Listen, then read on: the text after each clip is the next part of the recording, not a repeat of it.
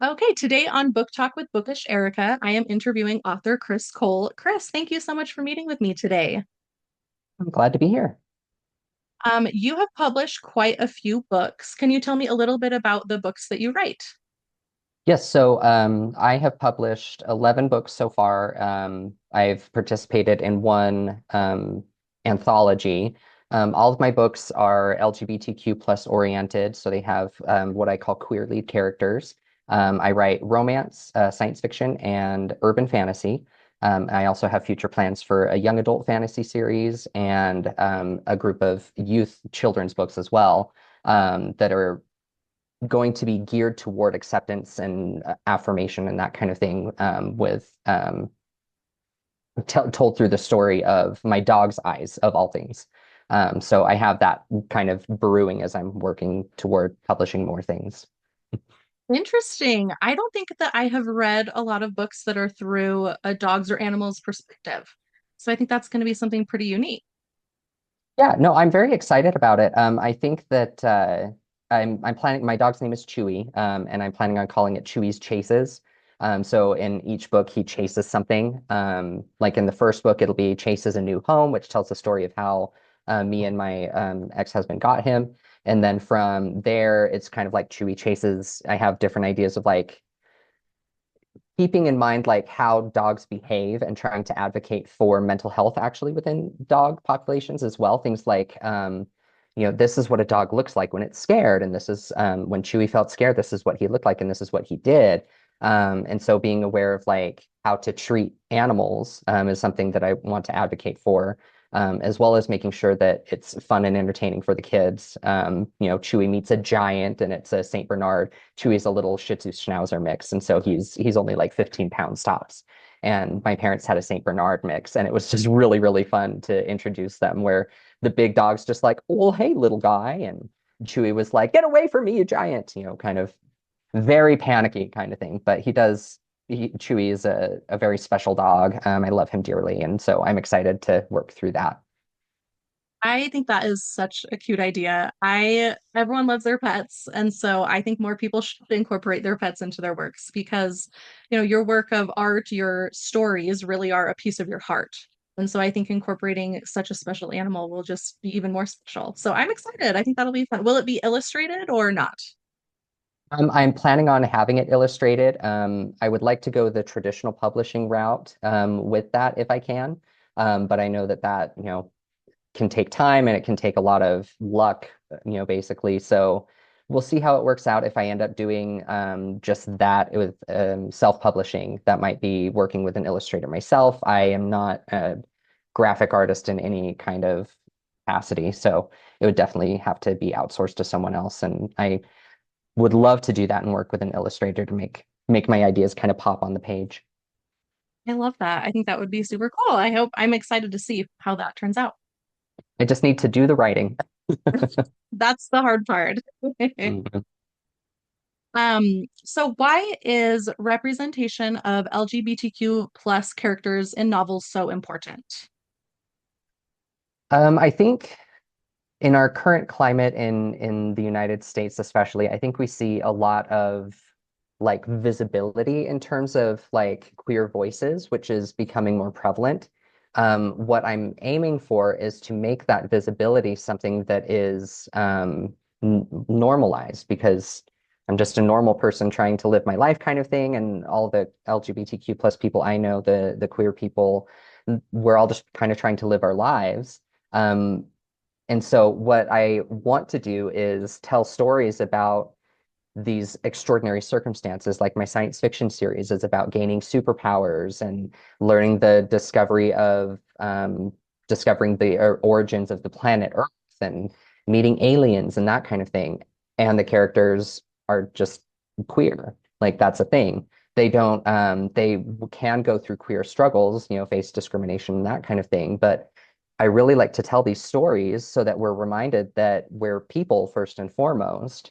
And I think that's ultimately the conversation as it has been growing and shifting and changing over the decades that I've been alive, has been very much about, not wanting to be offensive or to, be loud and out and about and that kind of thing. And the whole idea is that we are out and about. I work for a living, pay taxes, that kind of thing. Want to make sure that I have the same rights as everybody else. That's all I'm hoping for. That's it. And so having these characters represented through novels in turn can help readers identify with the characters themselves. Even growing up, I didn't see much in terms of queer representation. And the queer representation I did see was stereotypical or, just kind of through the eyes of potentially like a straight person or that kind of thing. And so having a queer person tell queer stories and explore these identities and these issues, I think is really worthwhile. I agree. I think that more mainstream sources should be showing characters that are in this world. As you said, like this is just normal. This is just daily life. And I think that by continuing to publish stories that do have LGBTQ plus characters, just average, as the main character, side characters, all sorts of characters, I think that hopefully that will help people see this is just normal. And this is life for a good majority of the people, and we just need to keep telling these stories. Mhm. Do you feel like mainstream publishing is doing a better job at representing LGBTQ characters, or do you think they still have a long way to go? I I would say both. I think that they have made progress, and that's commendable. And I'm very excited and thrilled to see that progress. There's still things that are happening, like one creator I know had to rename the title of their book to make it more kind of acceptable or digestible and not so, obviously gay kind of thing, which is a thing.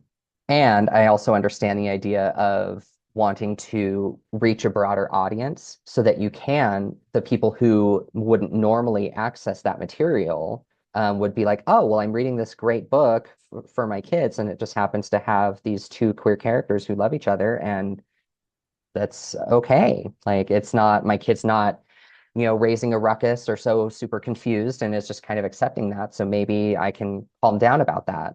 Um, Very much, I'm hoping that books out there through traditional presses can be experienced by people who otherwise wouldn't experience them. And ultimately, whether on accident or just through lack of exposure, or on even on purpose, like just remain ignorant of queer people and who we are and our existence and the fact that we're just people kind of thing. So being able to make progress, I think, is important. And also, I would love to see even more.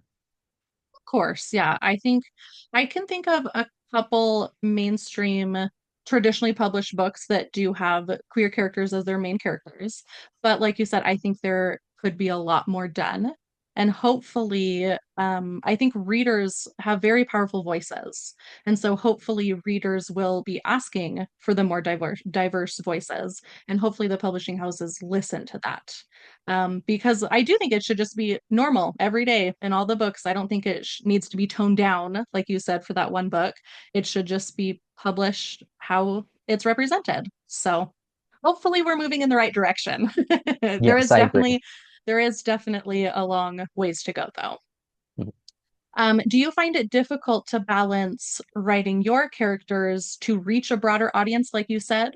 Where do you feel like you have to kind of tone down the LGBTQ aspect, or do you just write what you want and write what you love?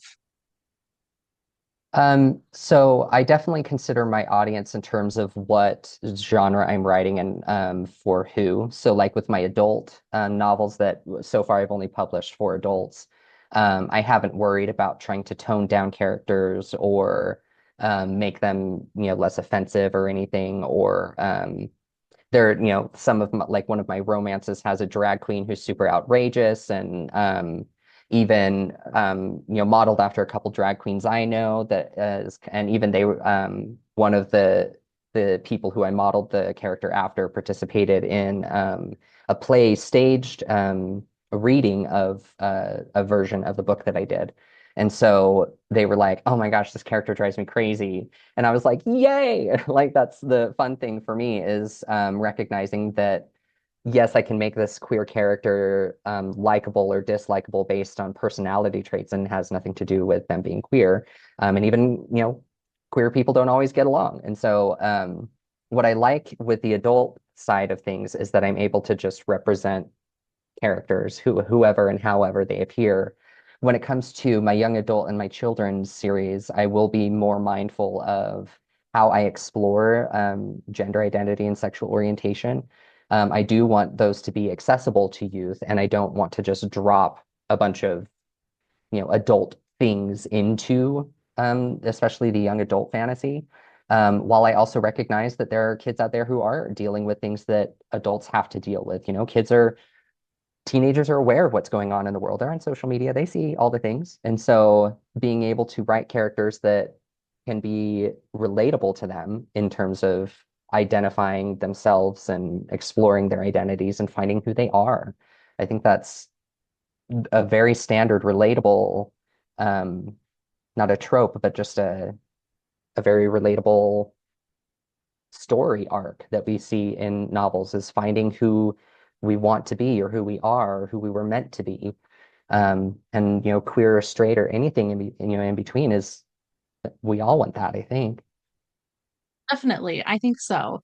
And I love that you said that you draw on both your own experiences and the experiences of the drag queens that you know or other friends and family. And so I think that that will just help make these stories that much more relatable for people because they can see that this is just part of life. Everyone struggles in different ways, but I think that it's helpful to see those types of characters represented from someone who knows that world and who knows the struggles that they go through. So I'm really excited to see how all your stories progress. Thank you. Yeah. And I will say I don't always get it right. There are some times where I'm like, oh, I represented a character this way, or someone said this, and I didn't know that that was offensive or anything like that. So I know as I learn to do better, then I endeavor to do better. Um, we all make mistakes and everybody's perfect. And I hope that people would recognize, especially in some of my earlier works, where if I was unintentionally offensive, that's a thing that it was unintentional and I don't want to do. And I think that I think a lot of times people can tell when it's intentional or not. And I think that they can see that there's growth. And I think if maybe someone was called out for it, how you respond to that will mean a lot to whoever could have been offended, or, if they maybe help educate you into, oh, that, you might want to rephrase this or, portray this someone a little differently. I think that just the response to that will be very beneficial. So, and the fact that you're simply aware that there may have been some issues says a lot. Like you were willing to learn and grow from that. So, I'm happy to hear that. Thank you. Yeah. Yeah. Um, what advice would you give to any aspiring LGBTQ authors? Um, I think the first thing that comes to mind is just to write whatever you want. Um, I know with my science fiction series, I wrote the initial iteration of that 10 years ago. And that was the first thing that I wrote. And then I set it aside for a few years while I was, learning more about writing and the craft and what kind of author I wanted to be. And as I started publishing, first in 2020, I published romances. And I think that for me, recognizing that I wrote things that I felt, things that I knew other people felt, things that I had experienced or seen, or stories that I felt really could just be beneficial to someone. I recognized that it's important to tell the story that needs to be told, and whatever that looks like. And so, writing, as I've come to understand and realize, it's not so much about what I'm giving to the reader. It's as much about what story I'm telling myself. And I recognize that I've been able to work through some of my own things by writing books. And then a few years later, I'm like, I can't believe I wrote that. I'm experiencing this and that kind of thing. So it's been a wild ride to really recognize that I can equally write things that I need to hear for myself while also that other readers, and people who love books in general can share and experience together as well. Yeah, that's really cool. I think that a lot of times authors do focus on the reader, how is the reader going to experience this? How is the reader going, like, what are they going to get from my story? And so I think it's really cool that you're also using it to help you to work through stuff or, maybe help you explore something. And so, and readers, they could have a similar background. They could, maybe be struggling with the same thing. So they can also gain something from it. But I think just kind of working through and making it a more personal writing experience, I think that's really cool.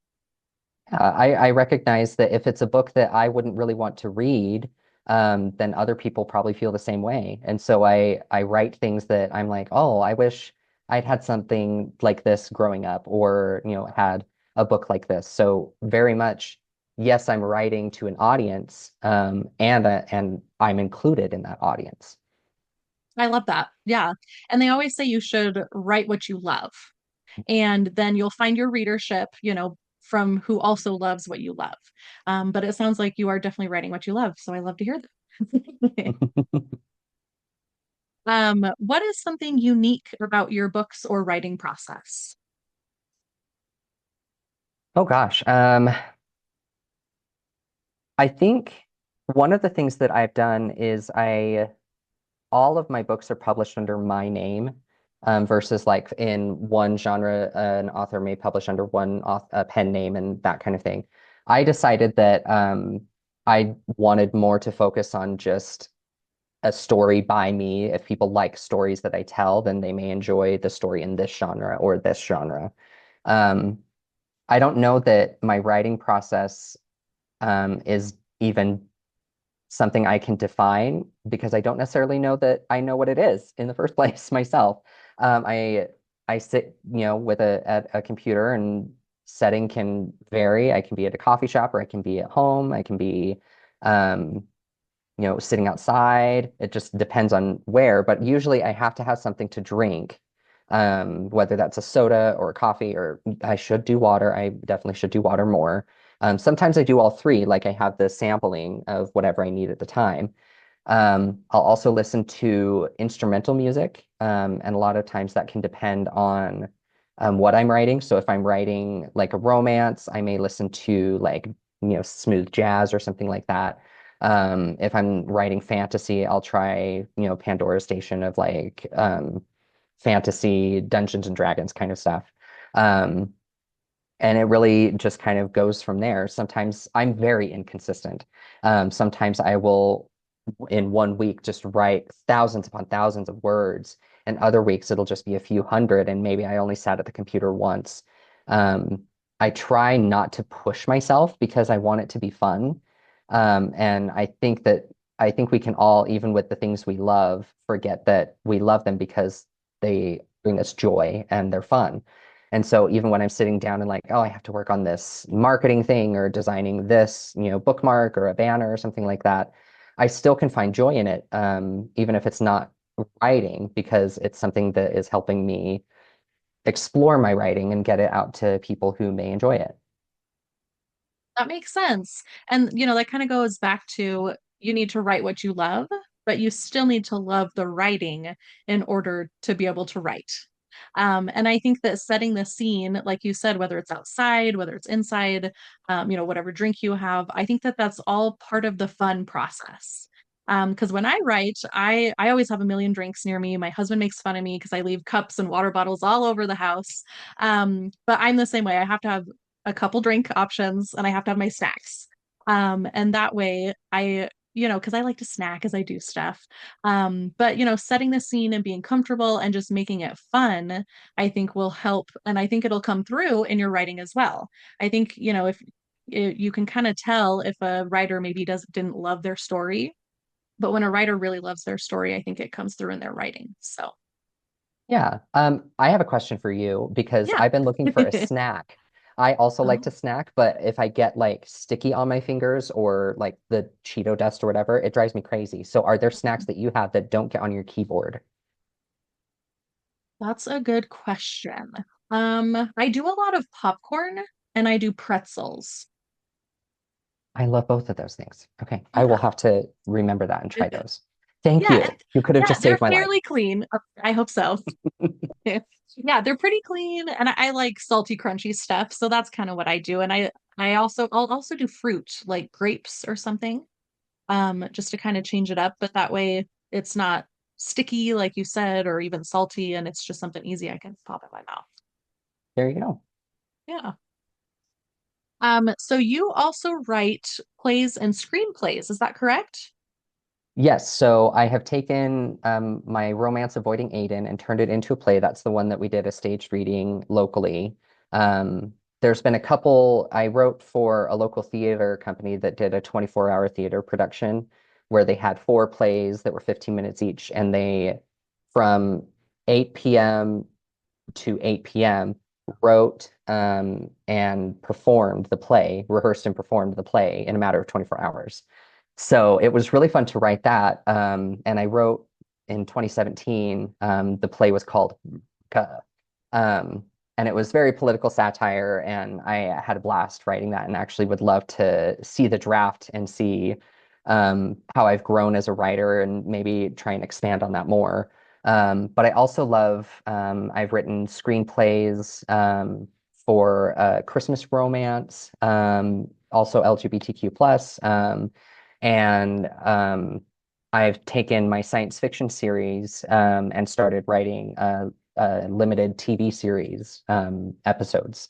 So I'm hoping to kind of expand and explore. I just love writing so much, and I equally enjoy writing novels as much as screenplays and stage plays. They're different in their own rights because there's only a couple senses that you can describe in screenplays.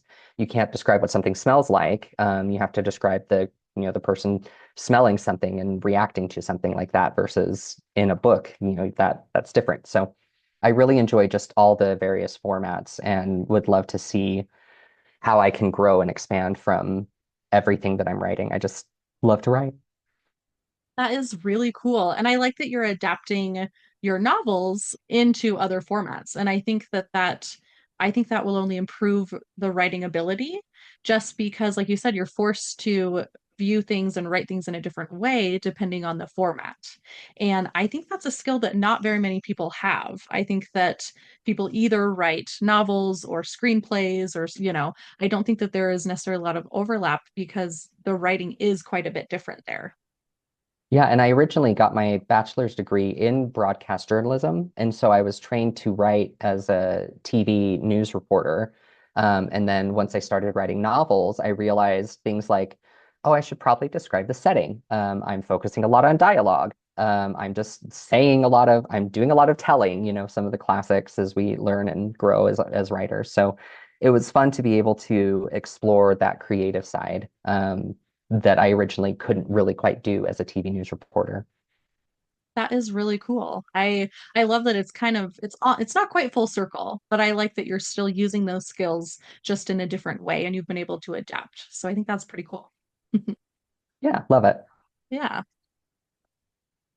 What do you think is the most difficult part of being an indie author? Ooh, for me, I think it definitely is the marketing, um, which I used to be a marketing assistant. Like part of TV news reporting is marketing yourself as a reporter and posting on social media and all that kind of stuff. And I still just anytime that I have to go and talk about myself and my books, I'm like, ugh, I feel so ick about it kind of thing. And it's hard to kind of overcome that because I am talking about something that I love and care about. And if other people talk about my stuff, I'm happy to, be like, oh yeah, that's me. Thank you so much. I appreciate that. But if I'm talking about myself, then it's like, oh, you're just attention seeking and that kind of thing. So it's working through all of those imposter syndrome kind of things to recognize that indie work is very much I had the creative control over the whole project. So my science fiction series, the covers, I described what I wanted them to look like, and then the amazing artists like made that happen.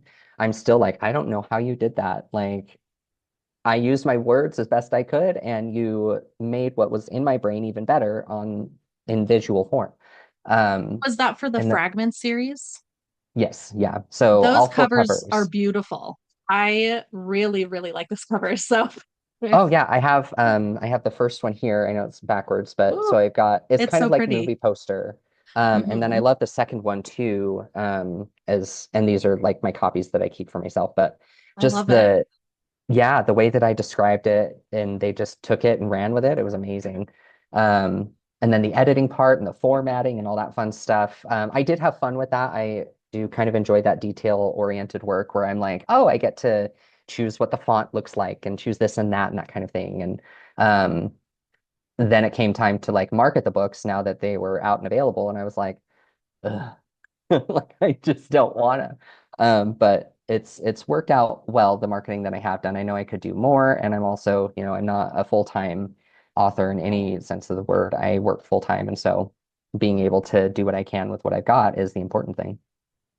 Yeah, that's very true. And you don't want to burn out because then you won't want to write anymore. But I think a lot of authors have expressed that same frustration where you finish the book and you're so excited and you've accomplished so much, but then there's still a lot more that needs to be done, and it's the marketing. And I think people don't understand just how much indie authors especially have to market. And so I always give kudos because I think it's very time consuming. It seems like it doesn't always pay off. But I think it'll be worth it. People, like I said before, people will find your books because they'll love what you write. So, yeah. Yes, and I have to say, I equally enjoy the process of like getting reviews so that I can take what people have described about my books and be like, use that for marketing. Because I don't know why it's so hard for me to describe my own books. I wrote them, but people ask me what they're about, and I say, So being able, I took one of my friends, they said that the Fragment series was like gay space alien Jesus superpowers book, and I was like, done. I got it. That's the description that I used. Much better than anything I could have come up with. I love it. And it's you might as well use the resources that are there. And if people write a good review or a friend gives you a great line, then use it because it'll draw other people to your work. So, and I think that's a great description for your book. Exactly. Yeah. Oh, I love it. Well, I think that we are almost out of time.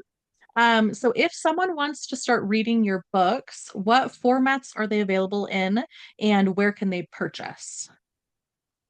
So I've got my romances and my urban fantasy are through small indie publishers. So they are available wide, published in ebook and paperback. My urban fantasy is additionally available in hardcover. So where your favorite source for getting those books, I encourage that. My science fiction series Fragments is through Amazon. I have it enrolled in the Kindle Unlimited. So if you subscribe to that, then that'll be available for you. I also have all of my books except for my latest romance and The Sword Secret are available in audiobook format. Um, so I wanted to do that and make sure that they were accessible. I know I love audiobooks, and some people, just can't sit down and focus on a page and read. I can be that way for sure. And so having them available in all those formats was really nice. Well, if anyone who is listening or watching wants to go and support author Chris Cole, you can obviously support by buying books, but also follow on social media, like and comment on any posts, and recommend Chris's books to friends and family. Chris, thank you so much for your time today and for answering my questions. I appreciate it. Thank you for doing this. It's awesome, and I'm excited to be here.